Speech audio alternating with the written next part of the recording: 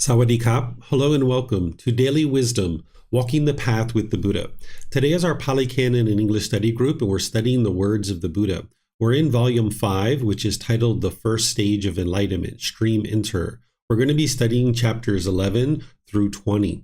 The way that we do this program is I invite people in Zoom to be able to volunteer to read a chapter, and then after a student reads the chapter, I will share some teachings on that. Then I'll open up to any and all questions that you guys have, whether you're in Facebook, YouTube, or Zoom. You can ask questions by putting that into the comment section, or if you're in Zoom, you can electronically raise your hand, unmute your microphone, and ask any and all questions that you like. So I'd like to welcome all of you, whether you're joining for the first time or you're joining regularly. If you'd like to get access to these books, you can do that through our website by going to buddhadailywisdom.com. From there, you'll see a link for free books. And there you can actually download the books for free. You can take them and go print them. You can get printed versions at our temple here in Chiang Mai, or you can use Amazon because they're available on Amazon. So if there's anyone who would like to read this first chapter, you guys are welcome to let me know. Looks like Pat is raising his hand. Go ahead, sir. Chapter 11, the complete destruction of three fetters. With the complete destruction of three fetters, he is a 7 times at most attainer who, after roaming and wandering on among heavenly beings and humans 7 times at most, makes an end of discontentedness. With the complete destruction of three fetters, he is a family-to-family attainer who, after roaming and wandering on among wholesome families 2 or 3 times, makes an end to discontentedness. With the complete destruction of three fetters, he is a one-seed attainer who, after being reborn once more in human existence, makes an end to discontentedness. Thank you. Okay, thank you, Pat. So here, the Buddha is describing the 3 different aspects of being a stream enter, of what the potential outcomes would be. First, you can see that he talks about eliminating the first 3 fetters, which many of you guys that have been studying with me for a while know that that's what you need to do in order to get to the first stage of enlightenment, among other things that you're learning as part of this particular book. And as you'll learn in the January retreat, if you come to the January retreat, either virtually or in person here in Chiang Mai, that yes, you need to eliminate the first 3 fetters of personal existence view, doubt, wrong behavior, and observances in order to be able to get to the first stage of enlightenment. But there's some other things that you need as well. But having gotten into that first stage of enlightenment, what the Buddha is sharing here in this first paragraph is that this individual will be reborn at most 7 times before they actually get to enlightenment. That's what he means by make an end of discontentedness, that this individual will get to enlightenment within 7 more lives. Not has to be 7 lives, but within that amount of time. Then there could be someone who's in the first stage of enlightenment who the Buddha is referring to as a family-to-family attainer. This individual is going to be reborn into wholesome families 2 or 3 more times. So by being reborn into a wholesome family, maybe people are more polite, more kind, more friendly, more respectful. Maybe they have a certain amount of wisdom about how they interact with each other. This is going to make it a bit easier for you to make your way to enlightenment. Whereas if you were born into a harsh, hostile, bitter family, this makes it a lot more challenging because your mind kind of absorbs that and you start conforming to that and you start thinking that that's the way to function in the world. So you might start functioning that way. But if you're born into a wholesome family that has a certain amount of wisdom, they might not be practicing the teachings of the Buddha necessarily, but these teachings are natural laws. They can show up in many different places and people can learn how to function as better and better human beings. And perhaps if you've been reborn into that type of family now, you can see the results that it's helpful. And if you haven't been reborn into that type of family and you were born into a bitter and harsh, hostile family, you can see what that produced. But getting into this first stage of enlightenment, if someone dies there and they're this family-to-family attainer, they will be reborn 2 or 3 more times, going from family to family to family, and they'll be in wholesome families each time. And this is going to improve their ability to be able to then get to enlightenment itself.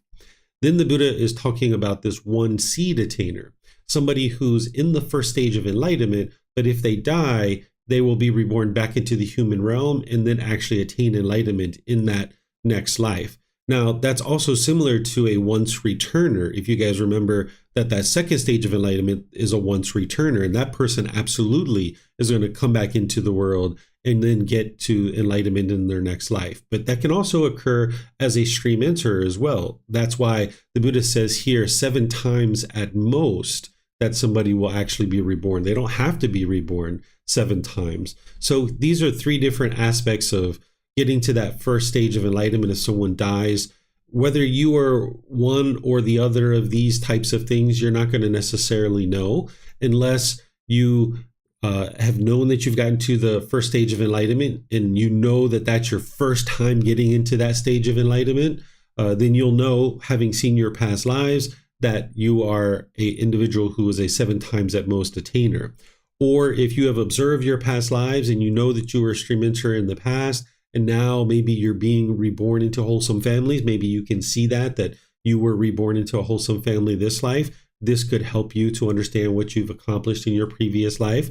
Or if you were a individual who has seen your past lives and you know that you got to the first stage of enlightenment in the past life, you would know that perhaps that you're a 1 seed attainer if you're making your way beyond that and actually have gotten to enlightenment in this life, perhaps. So these are just 3 things that the Buddha is explaining. You don't necessarily have to figure out how to delineate these things.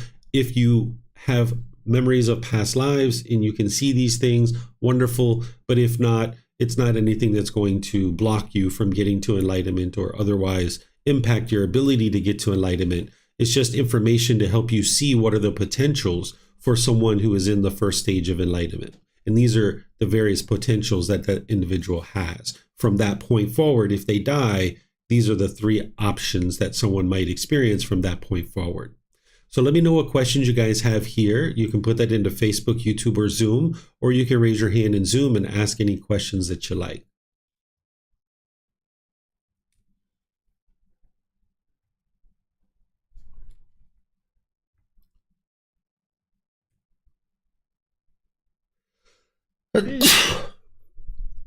Okay, not seeing any questions anywhere. All right, so I'm going to move to the next chapter, which is chapter 12. Is there someone who would like to read this? Okay, Samantha, go ahead, ma'am. Abandon 6 things one is capable of realizing accomplishment in view. Monks, without having abandoned 6 things, one is incapable of realizing accomplishment in view. What 6? Personal existence view, doubt, wrong behavior and observance, craving leading to the plane of misery, anger leading to the plane of misery, and ignorance leading to the plane of misery. Without having abandoned these 6 things, one is incapable of realizing accomplishment in view. Monks, having abandoned 6 things, one is capable of realizing accomplishment in view. What 6? Personal existence view, doubt, wrong behavior and observance, craving leading to the plane of misery, anger leading to the plane of misery, and ignorance leading to the plane of misery. Having abandoned these 6 things, one is capable of realizing accomplishment in view. Okay, thank you, Samantha. So here, the Buddha is talking about accomplishment in view. This is something that you're going to learn about as we get further into this book. And if you attend January's retreat or you've watched the recordings of January's retreat, you've seen me teach accomplishment in view. You guys have probably learned about establishing right view by learning and practicing the Four Noble Truths. That's establishing right view, where you understand the problem in the mind, the cause, the elimination, and the path forward. And you need to establish right view just to really get on the path to enlightenment. But then there's accomplishment in view. An individual who becomes a individual who's in the first stage of enlightenment as a stream enterer, they will have accomplishment in view. It's beyond right view. It's more than just right view. And here's some of the things that one needs in order to be able to acquire accomplishment in view. And you're going to learn more as you go further. It's not just these 6. So what the Buddha is saying is that by eliminating these 6, then you will actually experience accomplishment in view. But there's some other things too. So the first 3 are the elimination of personal existence view, doubt, wrong behavior, and observances. So these are the first three fetters, which you guys have learned plenty of times with me, that this is what's needed to get into the first stage of enlightenment. But there's other things as well that you guys are learning in this book. Here, the Buddha is talking about craving, anger, and ignorance that leads to the plane of misery. What he's talking about is that craving, anger, and ignorance has been diminished to a certain degree that you'll no longer actually do anything or experience anything that would have you be reborn into the lower realms. So while an individual who has accomplishment in view and an individual who's in the first stage of enlightenment does still have craving, anger, and ignorance in their mind, they've eliminated it to a certain degree that they're no longer going to make decisions that would end up causing rebirth into the lower realms of hell, animal realm, or afflicted spirits. And that's what he's saying here. So having abandoned those, then an individual would have been able to realize accomplishment in view. And this is how an individual makes their way to accomplishment in view, among other things that we're going to talk about as part of this particular book. So any questions here on this one? I know that you guys understand craving, anger, and ignorance because I've taught this many times, so I'm not going into detail there. But if there's anyone new in Facebook or YouTube or anyone in Zoom that hasn't learned the three poisons or the three unwholesome roots, and you would like me to talk about what craving, anger, and ignorance is, I'm pleased to do that. Just ask the question and I'll go into more detail about it. Okay, it looks like Marcy has a question. Go ahead, ma'am. Thank you, Teacher David. So craving leading to the plane of misery. Leading to the plane of misery, is that the mind's ability to recognize that having a craving is going to lead to discontentedness, having anger is going to lead to discontentedness, and having ignorance or not unknowing of the natural laws of existence will lead to discontentedness? It's actually a lot more straightforward than that. It's, for example, like in order to kill a human being, you need to have a certain amount of craving in your mind, right? That first precept, there needs to be a certain amount of craving, anger, and ignorance in the mind to kill a human being. By the time you get to the first stage of enlightenment, you would be incapable of killing a human being. You wouldn't do that. Unless it's for self-defense or something like that, right? But you wouldn't just go out and intentionally be looking for someone to kill. You wouldn't steal. You wouldn't have sexual misconduct, for example. These are all based in craving, and it's taught through the 5 precepts, but it's all helping you to eliminate certain cravings that would lead to the plane of misery. So if you look at an animal existence, they're usually killing, they're stealing, they're having sexual misconduct. Those are the first 3 precepts.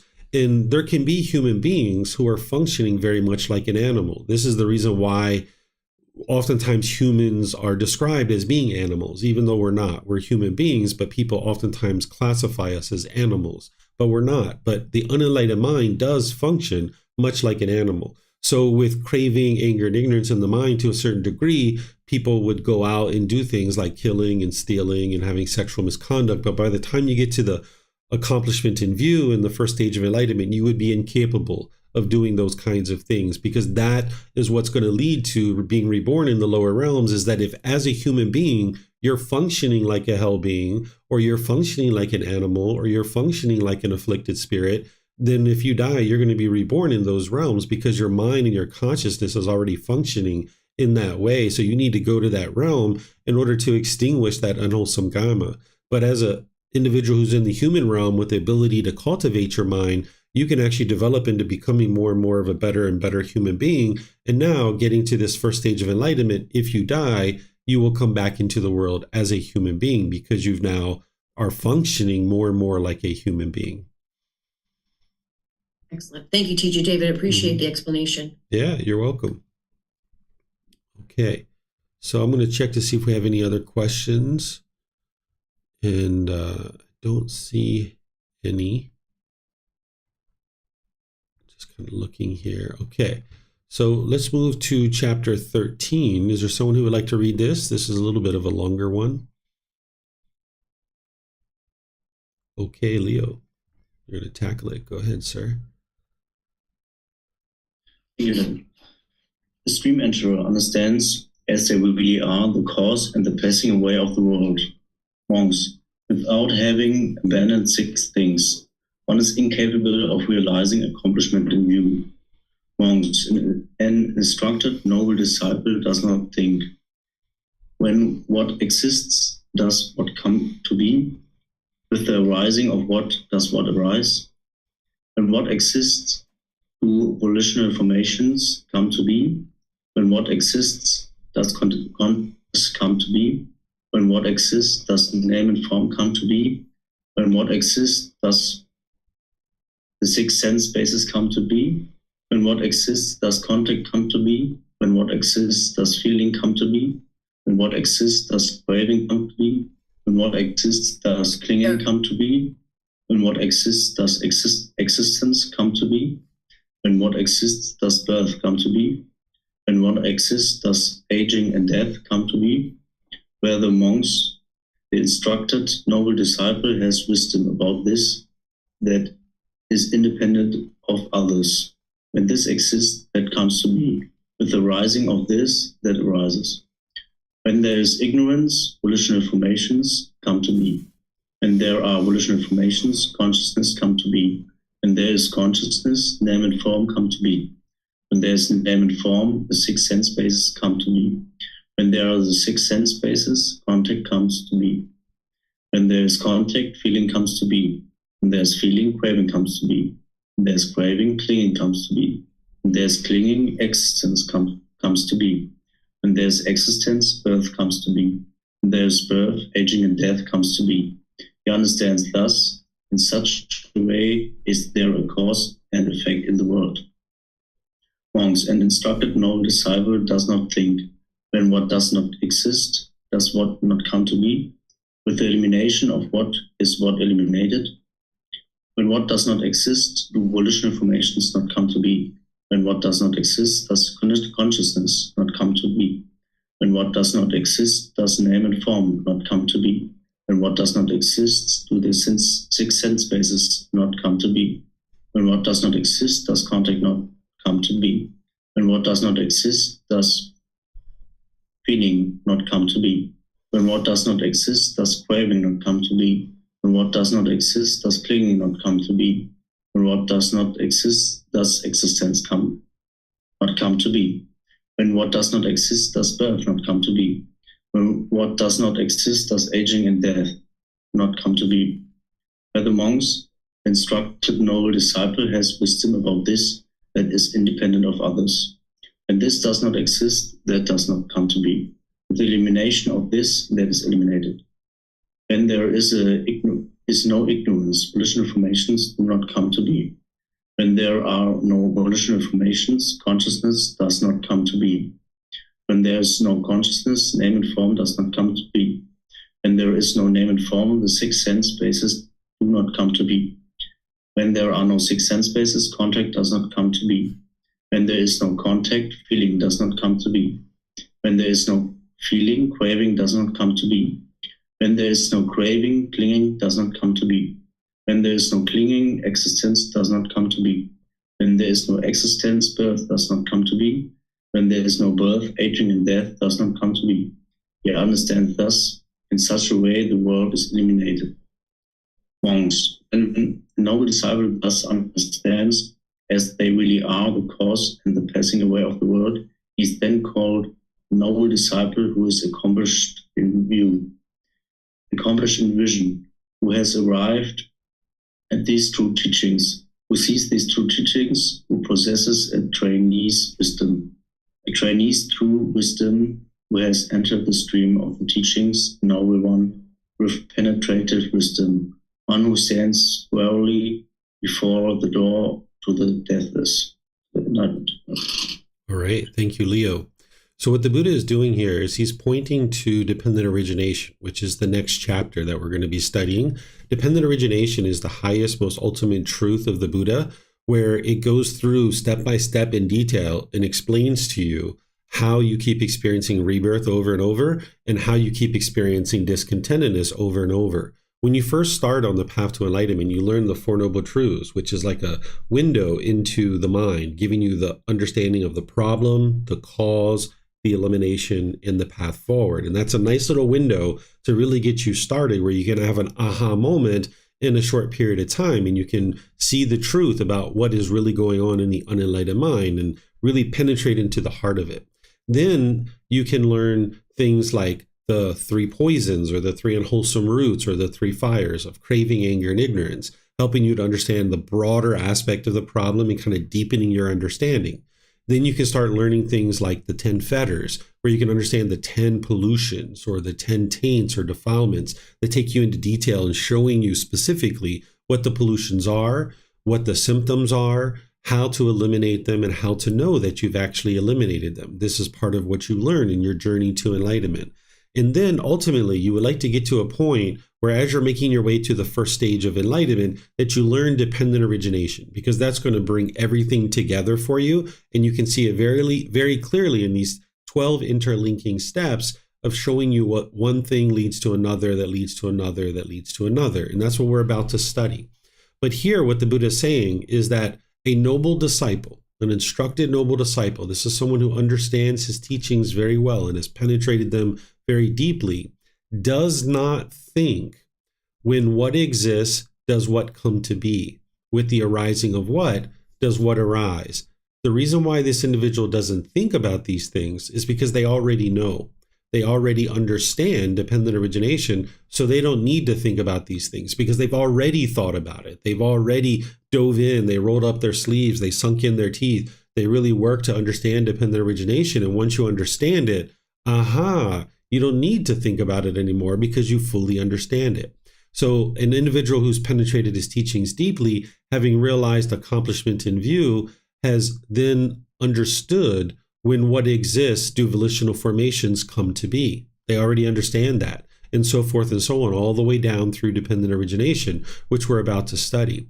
And what the Buddha is saying is that this wisdom that the instructed noble disciple has is independent of others, meaning that other people don't understand this, that they haven't studied it, that your wisdom about dependent origination is perhaps beyond what other people understand about the world around you. Because we refer to all the teachings of the Buddha as the natural laws of existence. And namely, we're talking about the natural law of karma.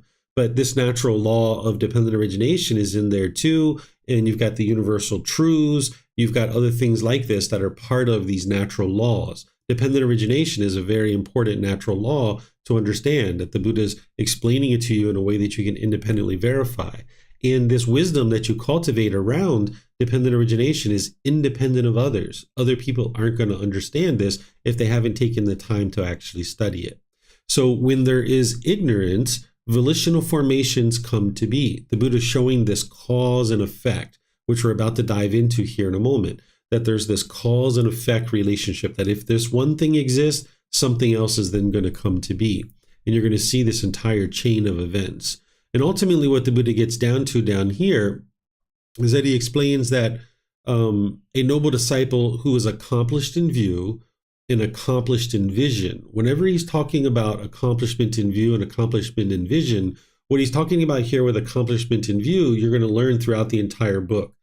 Accomplishment in vision is he's talking about being able to see the entire path to enlightenment. That if you're accomplished in vision, you understand the whole path. So for someone to be able to have accomplishment in vision, they would need to understand dependent origination. Someone who understands dependent origination may not be enlightened yet, but they actually can achieve accomplishment in vision. You can actually know what the path is without having fully realized it, without having fully attained it, that you have such an understanding of it that you're working your way towards it. You have accomplishment in vision, but you just haven't realized the attainment of enlightenment yet because you're still making your way towards it. And the Buddha describes this further as one who has arrived at these true teachings and sees these true teachings because you've independently verified them for yourself. He talks about this as possessing trainee's wisdom, or a true trainee's wisdom, and has entered the stream of the teachings. You guys have heard me share that the Buddha refers to the first stage of enlightenment as a stream enterer, because once the log enters the stream, it's going to eventually get to the ocean. It's just a matter of time. So that's the same thing, is that once somebody has entered into this first stage of enlightenment as a stream enterer, they're going to get to enlightenment. It's only a matter of time. And this person who studied the teachings very deeply, which is considered a noble one, has penetrative wisdom. They've deeply penetrated into the teachings of the Buddha. They deeply understand them inside and out. And then the Buddha says that this person stands squarely before the door of the deathless. What he's talking about here is that he oftentimes refers to enlightenment itself as the deathless element. That once you get to enlightenment, you no longer experience death. Even though you're in this life and there will be a point in time where this body and this mind separates, that's not referred to as death. That's referred to as final enlightenment. And the reason why is because you can eliminate all your mental attachments in this life to the point where you have no mental anguish, no discontentedness whatsoever. But there's still one thing that you're going to experience, which is physical pain. And you need this physical pain for a certain reason, because even as an enlightened being, if you're standing really close to a fire, you need to know I'm standing too close to a fire. You need to make the decision to move away. Whereas if you didn't experience physical pain, you wouldn't know to move away from the fire. You would just stand there. But the physical pain that you experience in the enlightened mental state is very muted compared to what you experience in the unenlightened state. In the unenlightened state, if you stump your toe, for example, you're going to experience the physical pain, but then there's going to be mental anguish along with it. And the reason why is because as soon as you stump the toe and the mind becomes aware of that physical pain, with the mind's craving for permanent comfort, immediately that craving is going to produce discontentedness. This is why if you've ever stumped your toe, if you've cussed and yelled and hollered and been bickering and upset, that's the reason why, because you had that craving for permanent comfort. You started experiencing anger and frustration in the mind, and now you became unskillful, right? But by the time you get to enlightenment, you don't have that craving for permanent comfort anymore. So if you stump your toe and you notice that there's some pain there, it's going to be very muted, because that mental anguish that oftentimes accompanies the physical pain in the unenlightened state will heighten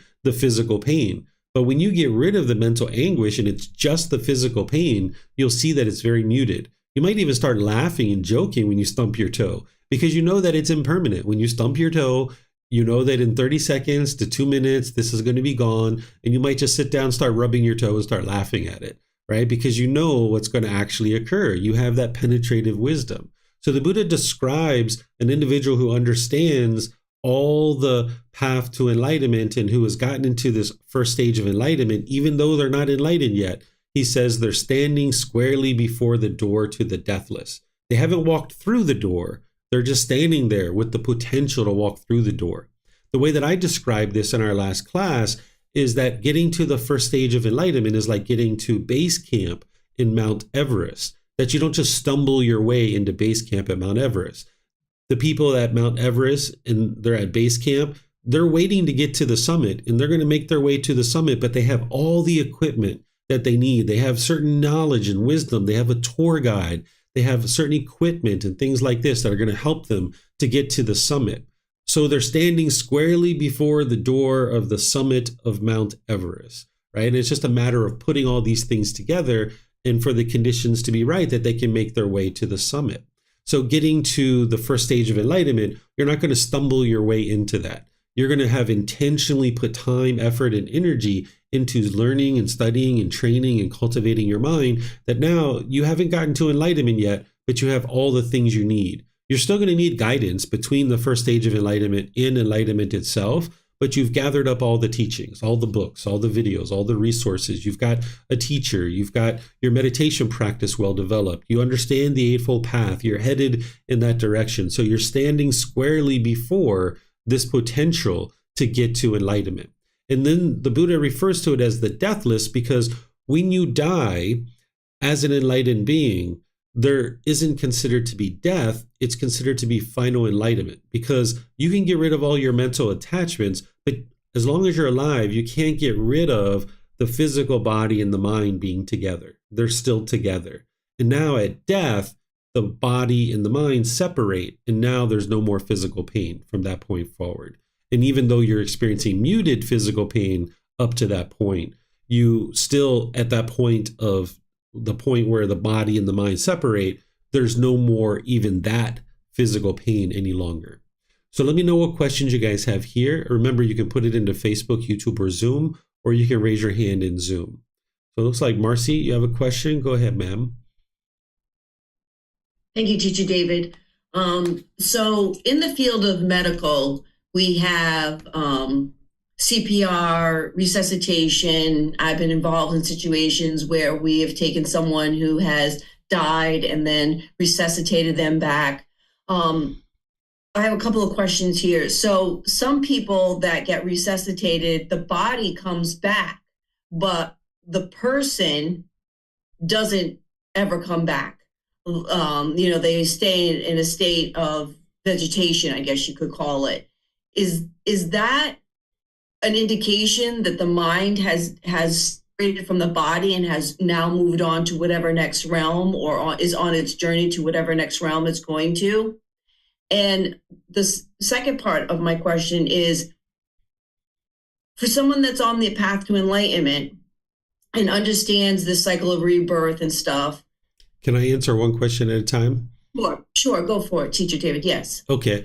So in a situation where I think what you're describing is like someone who's in a coma, right?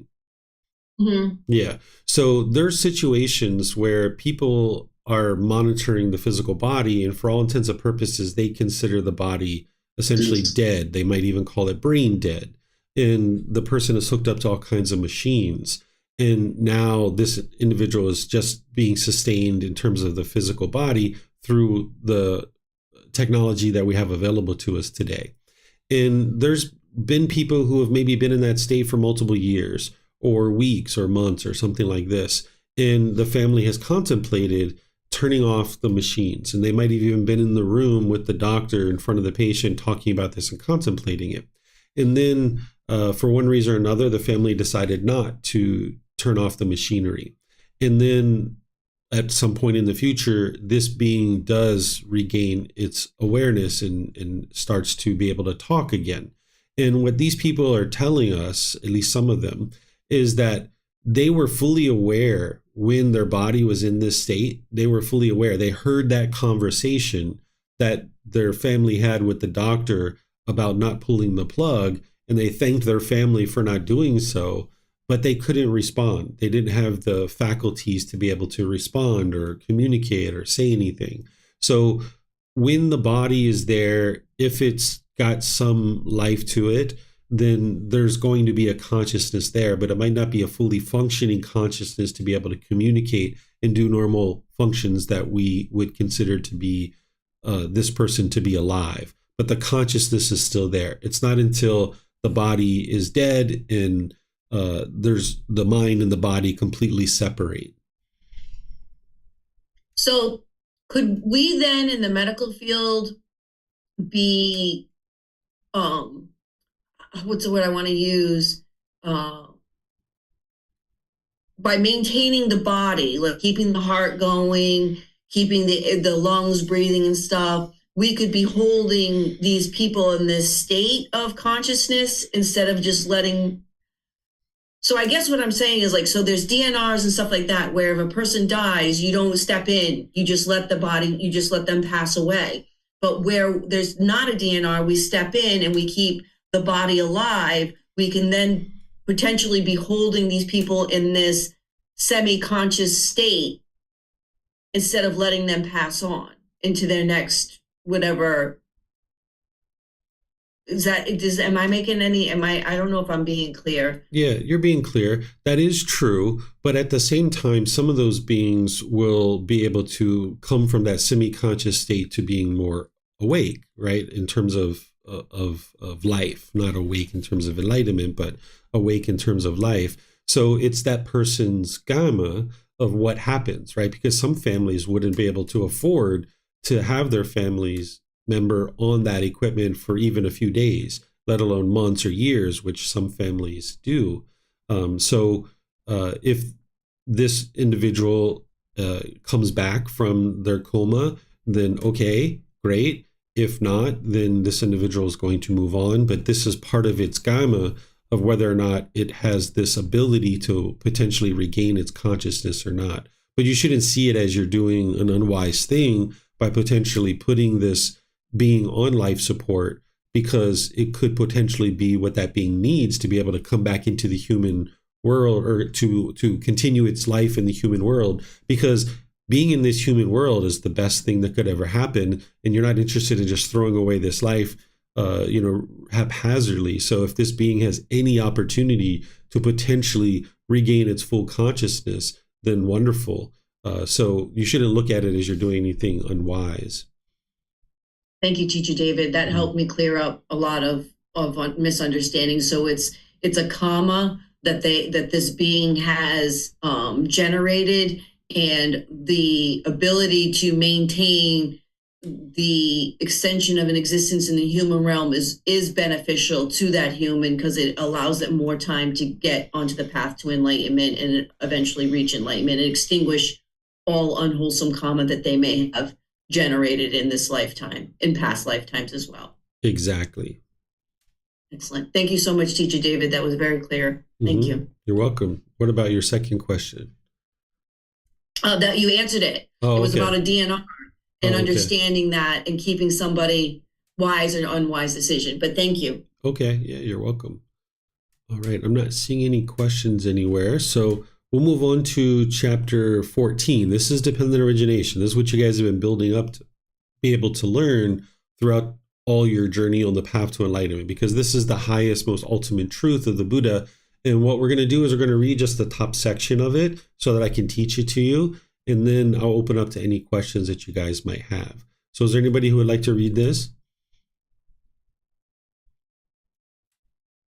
Okay, it looks like Pat's hand went up first, and then I saw Marcy. I guess I'll just take you guys in order. Go ahead, Pat. Dependent origination as the law of nature. A stream enterer understands condition, the cause, the elimination, and the way leading to the elimination of condition. Monks, with ignorance as condition, volitional formations come to be. With volitional formations as condition, consciousness. With consciousness as condition, name and form. With name and form as condition, the six sense bases. With the six sense bases as condition, contact. With contact as condition, feeling. With feeling as condition, craving. With craving as condition, clinging. With clinging as condition, existence. With existence as condition, birth. With birth as condition, aging and death, sorrow, grief, pain, displeasure, and despair come to be. Such is the cause of this full mass of discontentedness. Okay, thank you, Pat. All this other stuff of dependent origination is important for you guys to learn. This is going to help you to understand each individual element of dependent origination. So if you guys have studied this outside of class and you have questions on it, I'll take your questions on this. But what I'm going to do is I'm going to explain to you dependent origination, and then I'll open up the questions you guys have on dependent origination itself or any of the components of dependent origination. Before we even tackle dependent origination, let's just first understand what the Buddha is doing here. He's helping you to be able to see this cause and effect, or this action and result, this sequence of events that is occurring. Based on one thing occurring, then something else is going to come to be.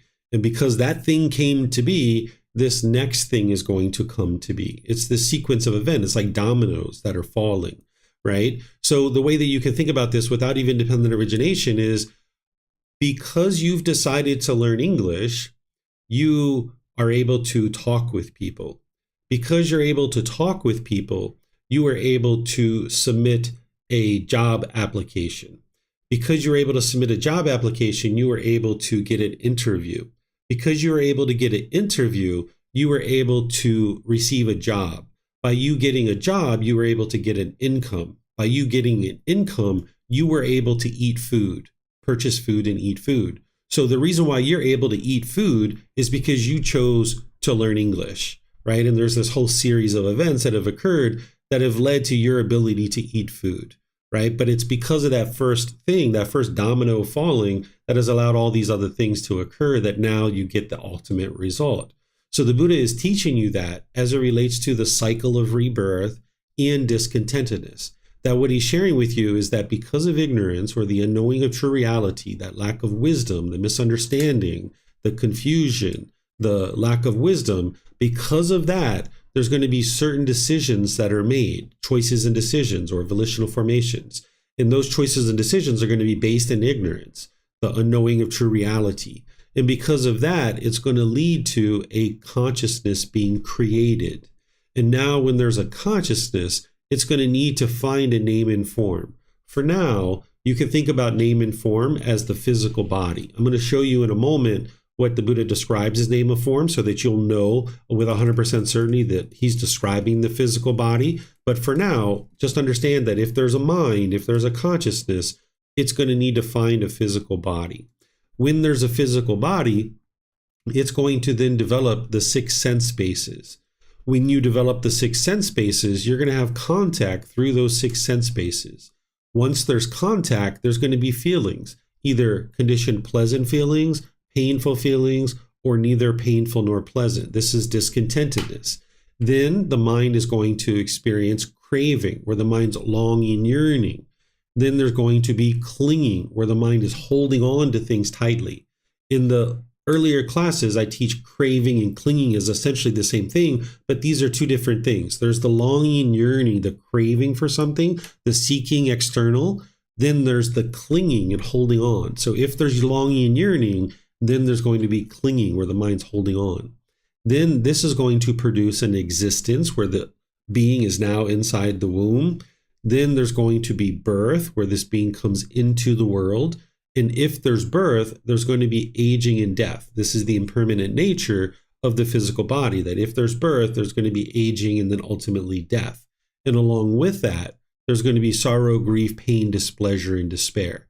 So what we can see is that it's because of ignorance that all of this is continuing to happen over and over and again.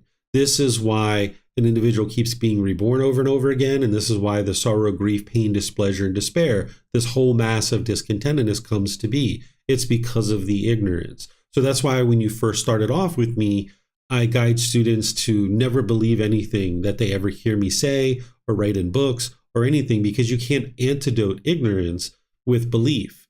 Because with belief, you don't know what's true or false. You're just believing it.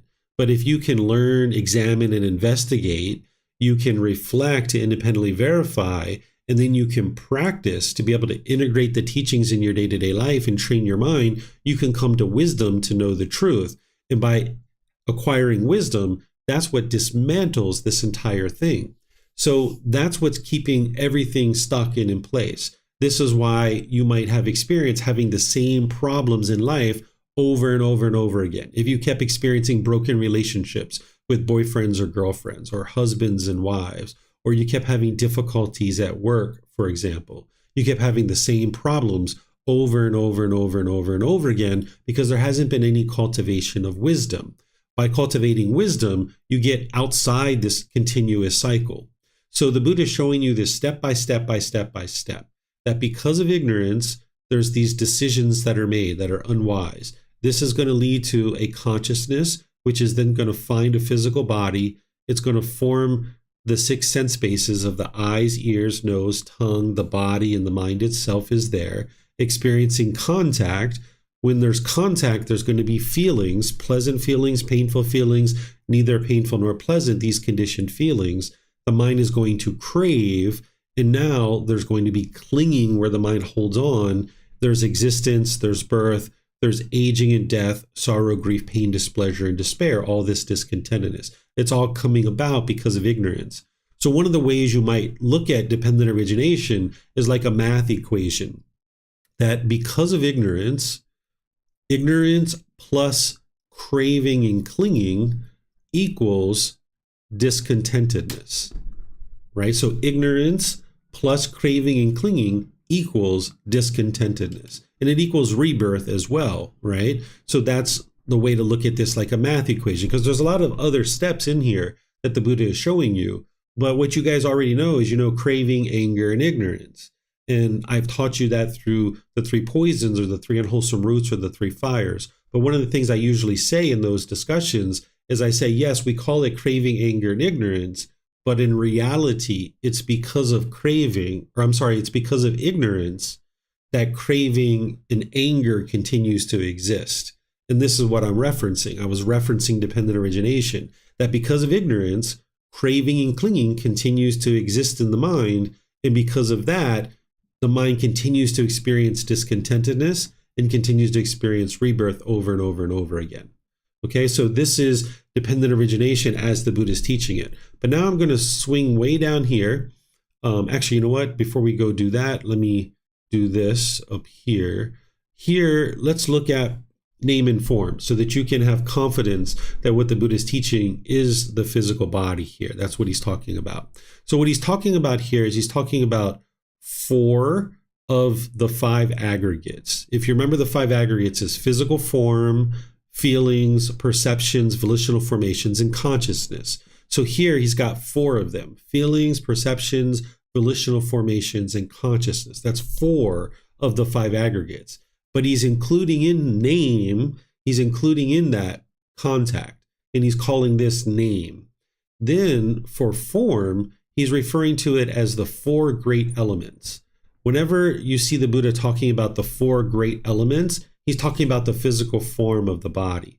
What the 4 great elements are is earth, water, wind, and fire. These are the 4 element theory that they used during the lifetime of the Buddha to describe the body. In traditional medicine, particularly here in Thailand and other places, they still use this theory, where nowadays we understand the body through cells and atoms and molecules and things like this. But during the lifetime of the Buddha, they didn't have that kind of wisdom because they didn't have the technology. So this 4 element theory, it actually works. That's why they still use it, because it describes, like, the earth element is the physical or the solids of the body, like the teeth and the nails and the hair and the bones. This is the earth element. The water element are the fluids of the body, like the tears, the saliva, the pus, the urine, the blood, the things like this. That's the water element. Then there's the air element, or the wind.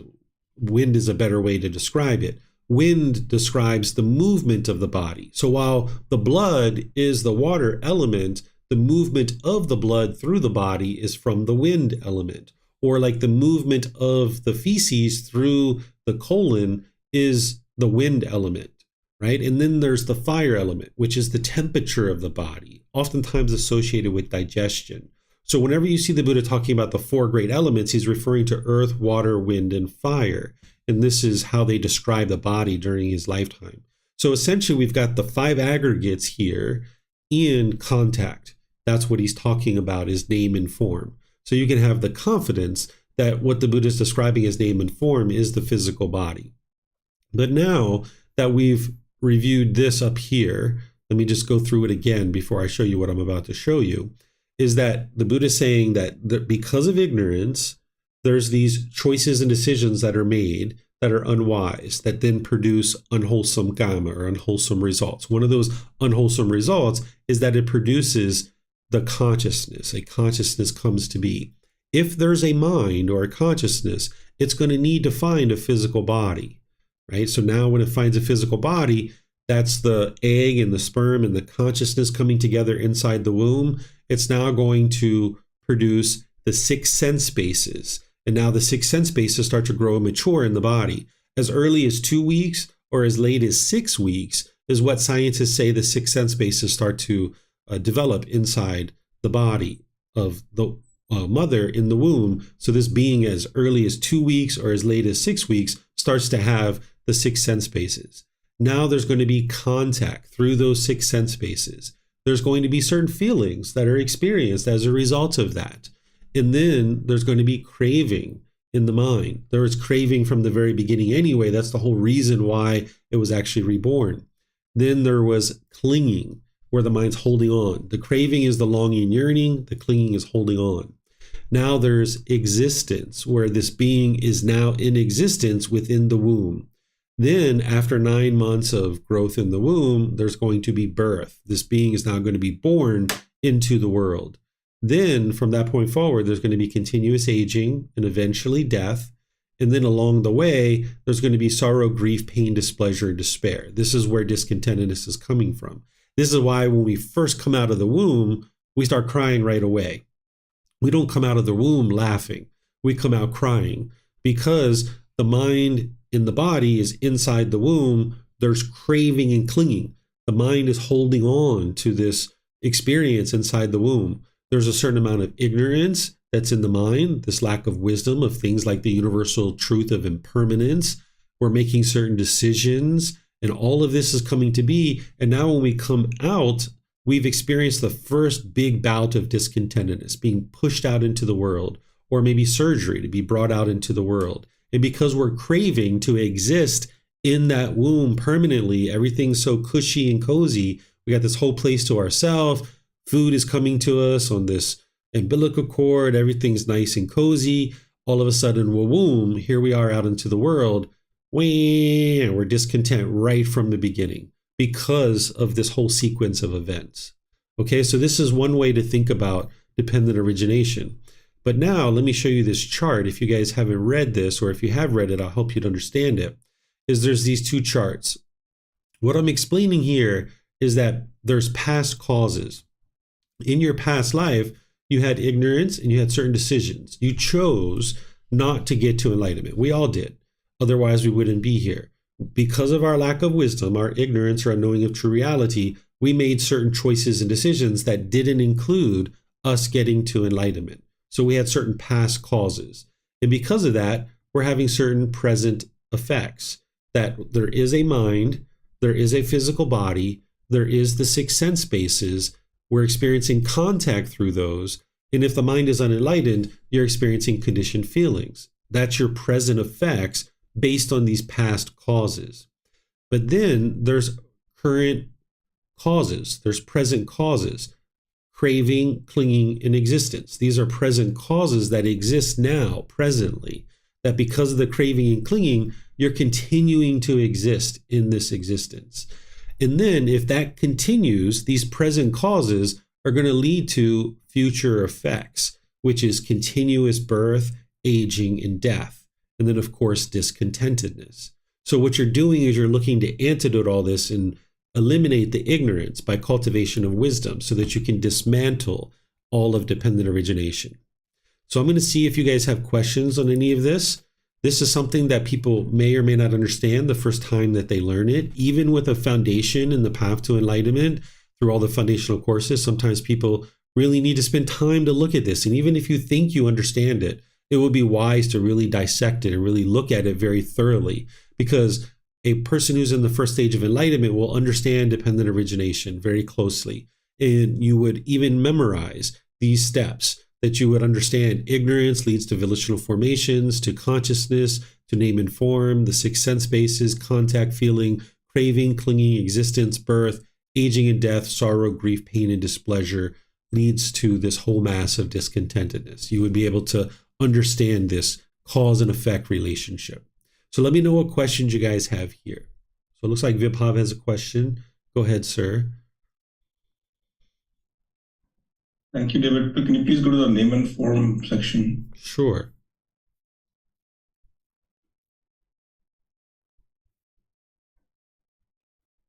Thank you. So in this case, so when you described earlier a being as just the five aggregates, and maybe my understanding was name and form is also describing a being. Is that correct, or is that wrong?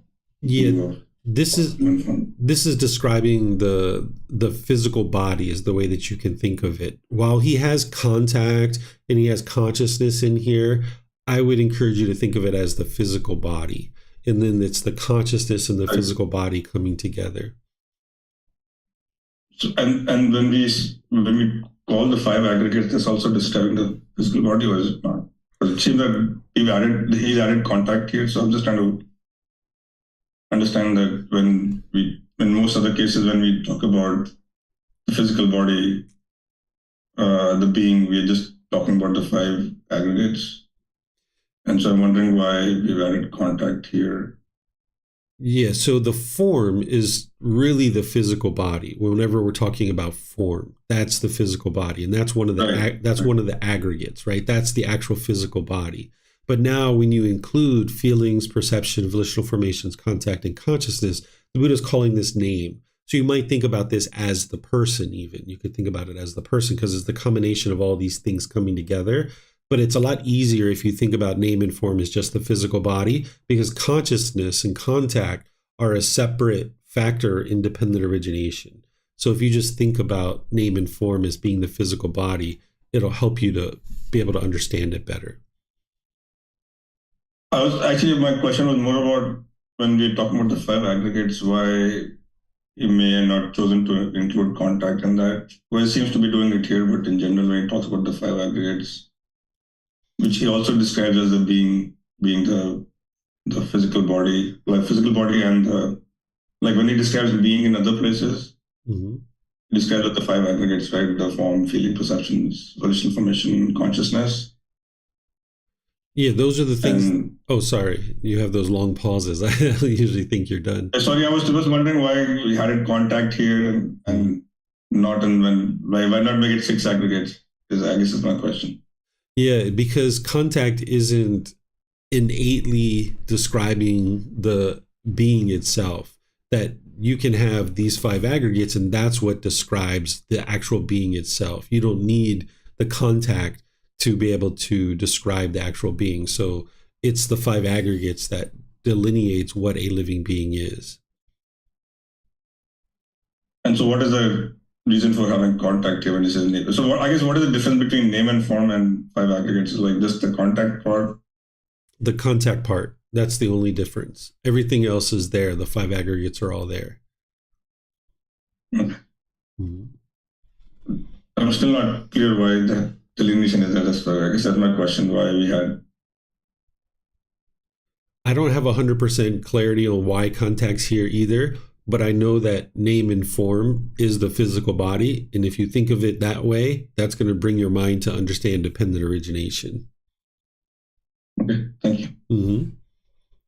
The only thing that I can think of is why contact might be there is the connection between the consciousness and the physical form. That's the only thing I can think of.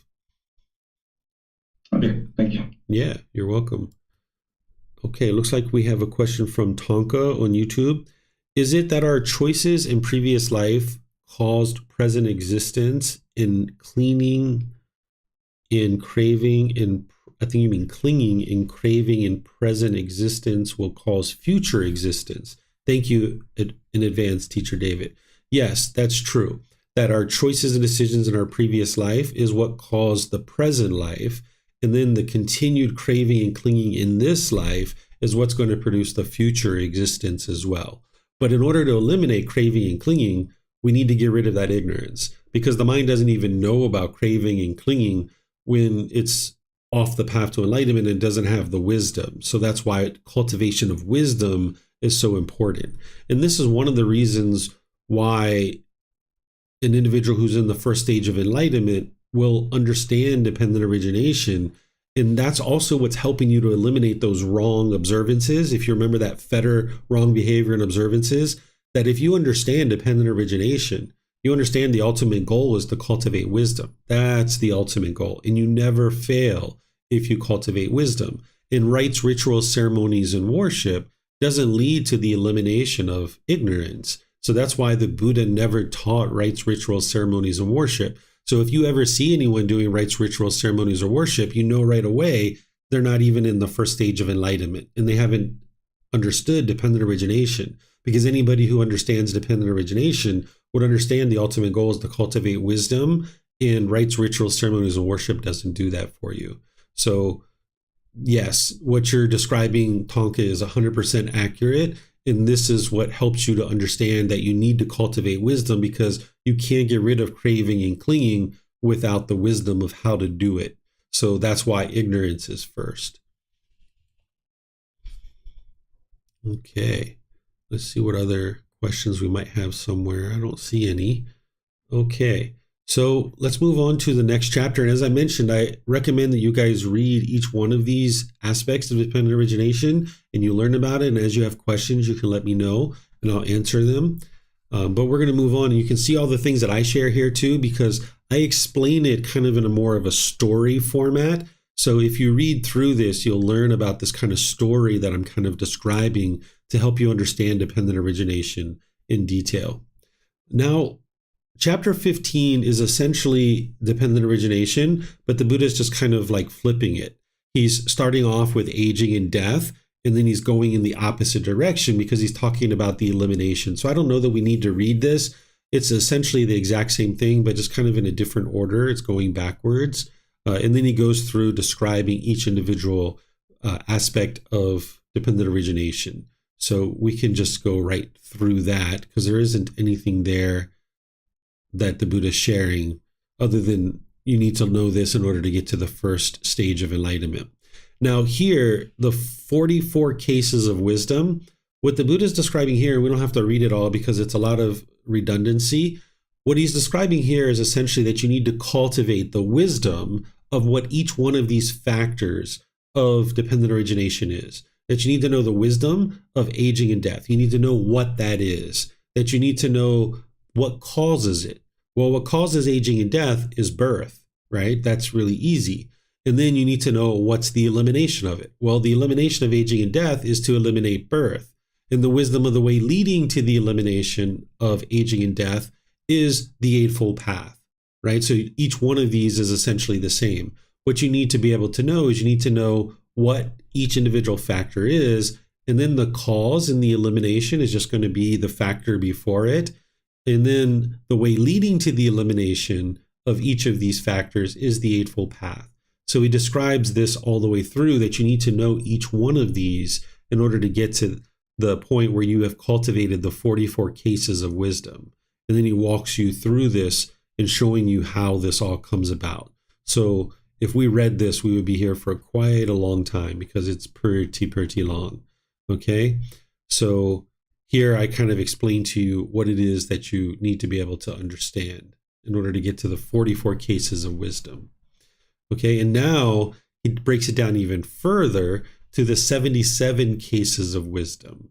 Okay, so here it's essentially very similar, but he's going through it in a lot more detail. Okay, so I'm not going to have us read this again, or we're going to be here for quite a while, but you guys can read this on your own and then just ask me any questions that you guys might have.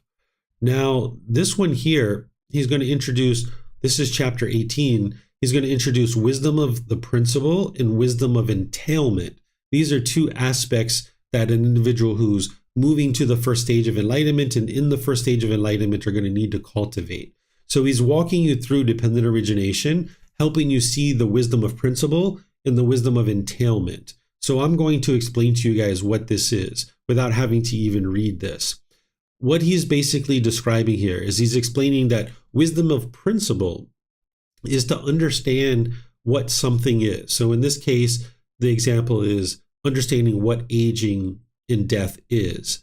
What wisdom of entailment is understanding that when this thing exists, this next thing is going to come to be. That you need to be able to understand wisdom of principle, and you need to know wisdom of entailment. And you can see this as part of what he's describing throughout this entire chapter.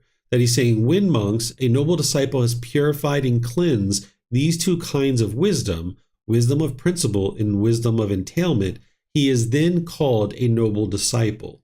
What he's saying is that you have become a very deep student in understanding the path to enlightenment when you understand each individual aspect of dependent origination and you understand how one leads to another. That's the wisdom of entailment.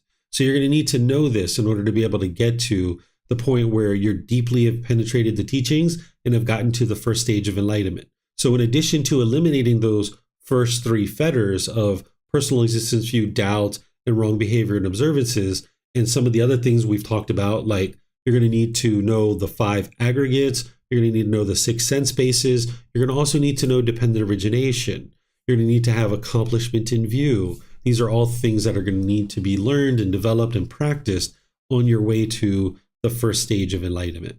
So let me know if you guys have questions about wisdom of principle and wisdom of entailment and what is being taught here.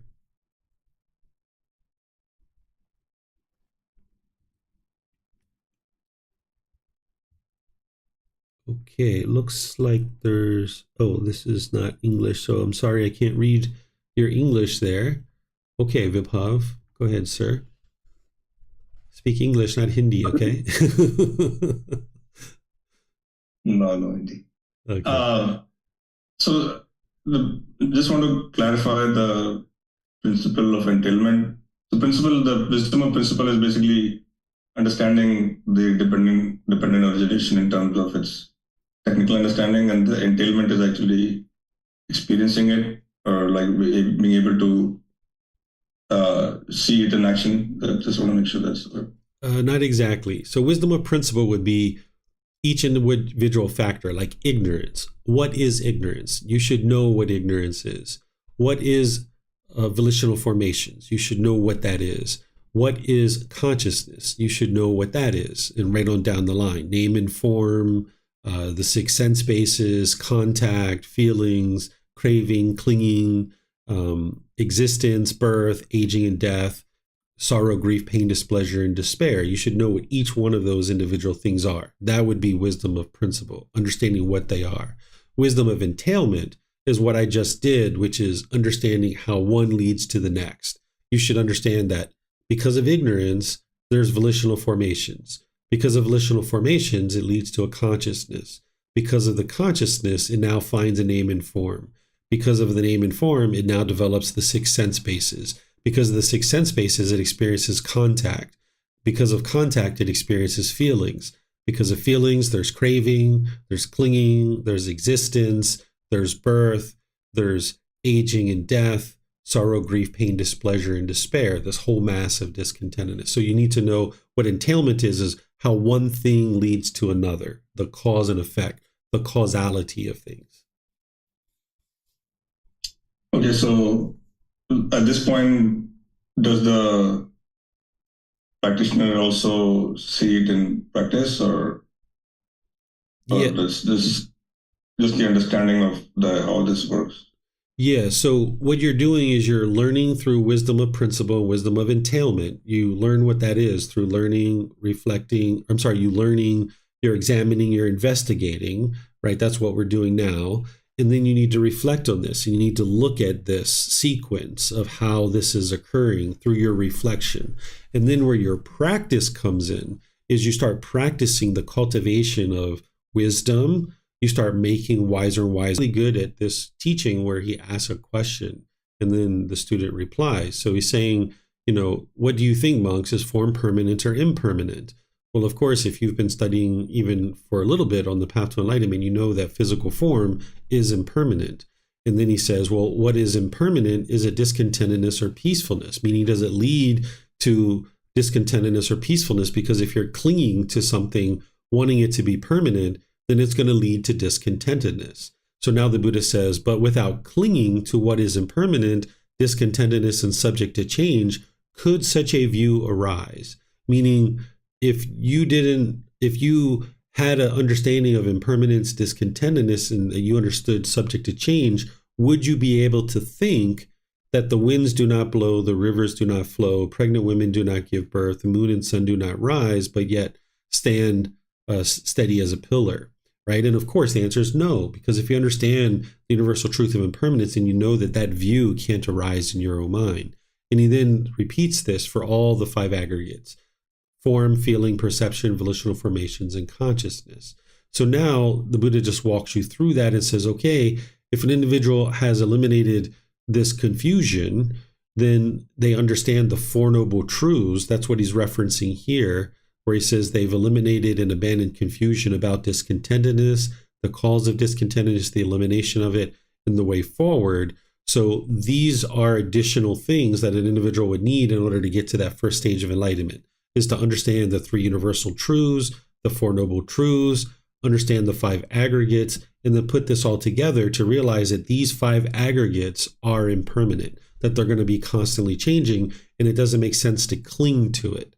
So this is how you get rid of your personal existence view, is that you understand that all these things that could potentially be seen as a self are impermanent, that it doesn't make sense to cling to this. There's no such thing as a permanent self or a true self, because the form isn't you, the feelings aren't you, your perceptions aren't you, your choices and decisions aren't you, and the mind or the consciousness isn't you either. So if you understand these things, this is going to help you to ultimately realize personal existence view needs to be eliminated and realize non-self. And this is what's going to help you to be able to make your way to that first stage of enlightenment. So questions here. And also, by the way, it helps you to eliminate these two fetters as well, number 6 and 7, where you don't have desire for form and desire for formless because you're no longer clinging to existence, right? So any questions here on this particular chapter?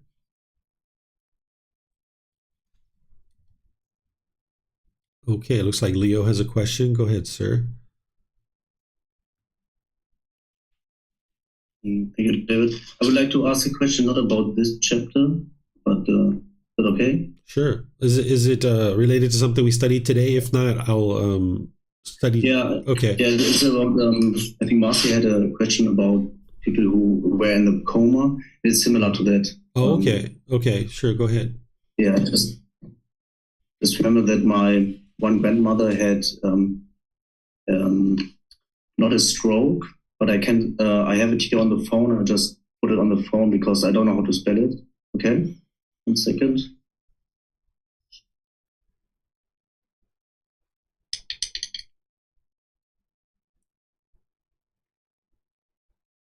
Okay, my internet is not enough on my phone here. So, okay, I try to spell it. It says cerebral hemorrhage. Do you know what this means? I didn't hear the pronunciation Understand on it? the first one, the first word. Cerebral hemorrhage. Was it No. cerebral hemorrhage, right? Yeah. Okay. Yeah. Right, this one, right? Yeah. If something had, she had that, and for 2 years, and I think she had 2 more of that, and she couldn't really move at all, or very slowly, and progress was very slowly.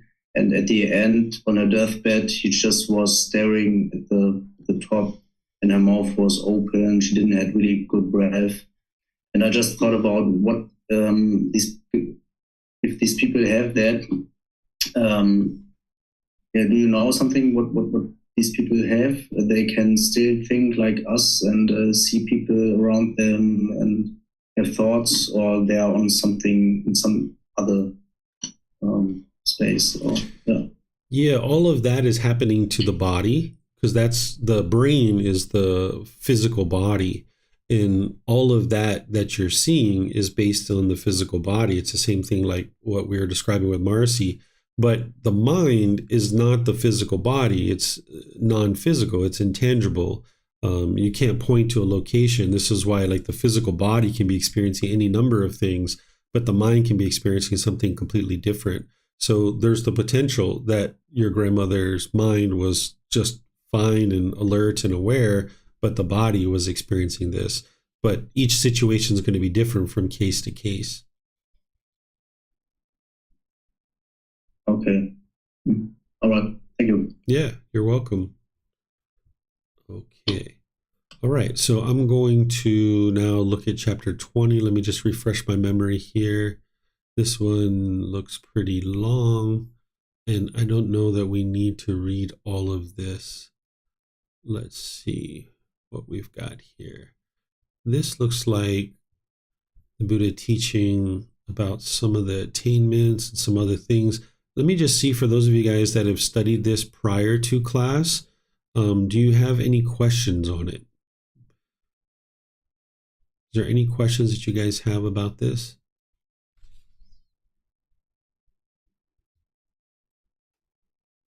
Yeah, it looks like Samantha has a question. Go ahead, ma'am.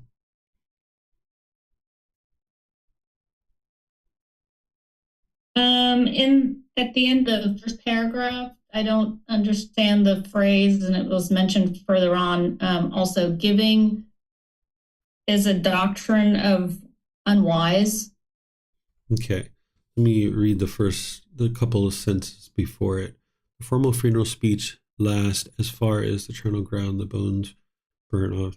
Giving is a doctrine of unwise. Okay, so I'm going to need to read this whole paragraph. Let's see. So I'll read this first paragraph out loud, and then I'm going to be able to answer Samantha's question afterwards. It says, monks, when what exists, by clinging to what, by adhering to what, does such a view as this arise? There is nothing given, nothing offered, nothing presented in charity. Okay, so I understand what he's talking about now. So this is not the Buddha teaching what would be wise, but he's talking about this view that someone might have, that giving is a doctrine of unwise. He's not saying that it is a doctrine of unwise, because of course giving and generosity is very wise because it helps to eliminate craving, desire, attachment.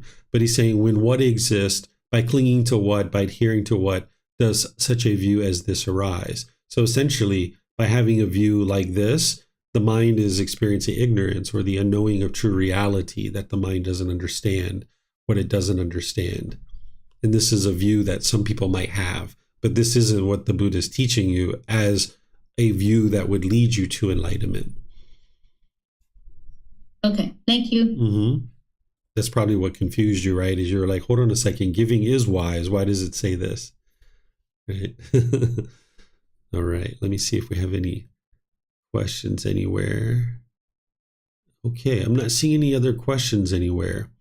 All right. So what I'm going to share here at the end of our class is, as you guys see, we're in volume 5. We're digging in really deep. We've kind of got the hood of the car open. We've got the wires coming out. We've got oil and grease up to our elbows and probably on our face and our chin as well. We're like really diving into it.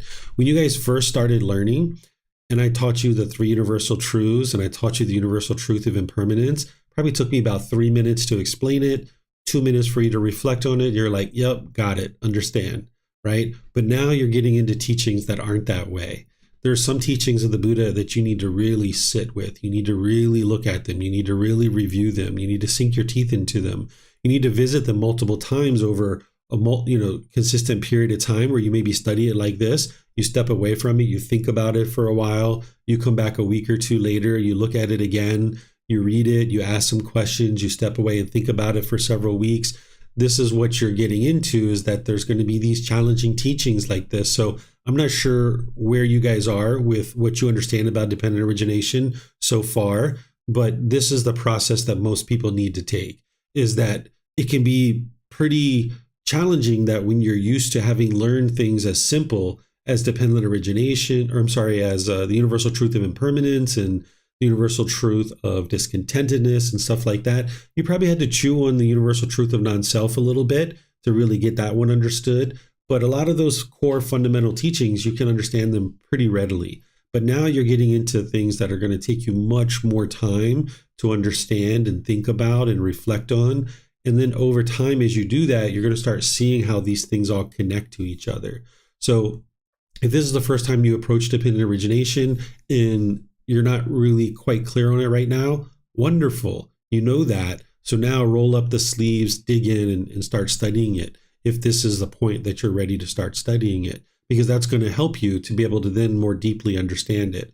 And you shouldn't think that just because the universal truth of impermanence or discontentedness was so straightforward for you to understand, that every single teaching of the Buddha is going to be that way. Because as you get deeper and deeper into it, you've got more investigation under your belt, then you've kind of learned patience and you've learned to really sink your teeth into some of these teachings. And that's what you're going to need to do with dependent origination. Some people can take them a year or longer to really understand it. So take your time with this. I've even had students in classes with me before in retreats that said that they've been working on understanding dependent origination for 10 years.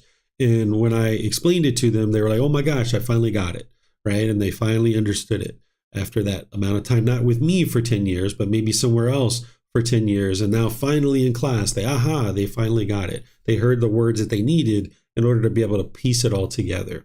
So take your time, look at it when you feel like it's the right time, but this is something that you would need to understand in order to make your way to that first stage of enlightenment. It's one of the criteria of being at base camp, because you need to be able to understand dependent origination so that you understand that those wrong observances need to be eliminated, that you, as you confirm dependent origination, it'll help you get rid of doubt.